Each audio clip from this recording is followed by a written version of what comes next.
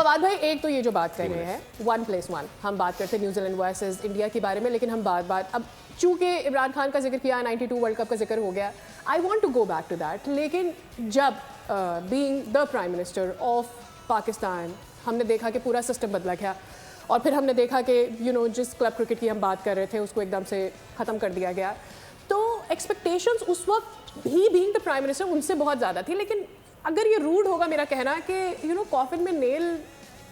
وہ تھا. بڑا اچھا سوال کیا آپ نے. بات ساری ان سے ایکسپیکٹیشن نہیں تھی, پرابلم ساری یہ تھی کیونکہ خان صاحب نے پاکستان کو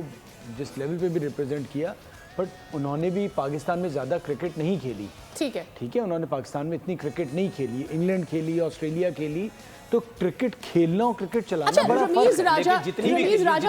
ڈپارٹمنٹ سے تو بہت تھوڑی کھیلی ہے. ہم اس کو تھوڑا سا آگے لے جاتے ہیں, فواد بھائی اس سے تھوڑا سا آگے آ جاتے ہیں. Having said that, ہم نے اس سے ریورٹ بھی نہیں کیا نا, ابھی بھی دیکھیں نا,